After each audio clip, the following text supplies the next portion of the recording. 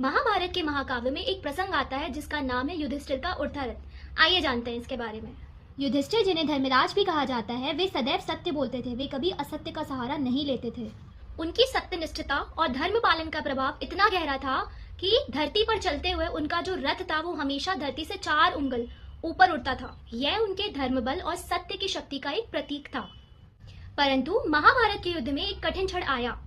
द्रोणाचार्य जी, जो अर्जुन के गुरु थे, वे कौरव सेना की शक्ति बने हुए थे और कौरवों को पराजित करने के लिए उनका परास्त होना अत्यधिक आवश्यक था। इस पर भगवान श्री कृष्ण ने पांडवों को सुझाव दिया कि द्रोणाचार्य जी को हराना है तो उनका उत्साह तोड़ना पड़ेगा।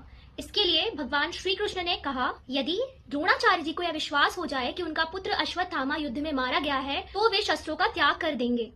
और द्रोणाचार्य जी इस बात पे तभी विश्वास करेंगे जब यह बात धर्मराज युधिष्ठिर के द्वारा कही जाए, क्योंकि वे सत्य के एक प्रतीक हैं। युधिष्ठिर महाराज ने कभी असत्य नहीं बोला था, परंतु परिस्थिति ऐसी थी कि उन्होंने कहा, अश्वत्थामा हतः, अर्थात अश्वत्थामा मारा गया। फिर उन्होंने धीरे से शब्द जोड़े, नरो वा कुंजरो वा, अर्थात मनुष्य हो या हाथी। वास्तव में युद्ध में अश्वत्थामा नाम का एक हाथी मारा गया था, परंतु द्रोणाचार्य जी तक यह पूरा वाक्य नहीं पहुंचा। केवल यही सुना कि अश्वत्थामा मारा गया है। यह सुनते ही उनका उत्साह टूट गया और उन्होंने अपने शस्त्रों का त्याग कर दिया, जिसके पश्चात द्रौपदी के भ्राता धृष्टद्युम्न ने द्रोणाचार्य का वध किया।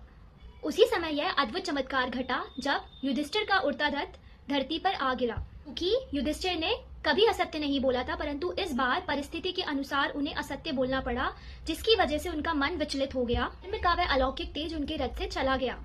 इस बात का उल्लेख महाभारत ग्रंथ के द्रोण पर्व में किया गया है। यह घटना हमें गहरी सीख देती है कि युधिष्ठिर जैसे धर्मात्मा भी जब असत्य का सहारा लेते हैं तो वे भी अपनी ऊंचाई खो देते हैं।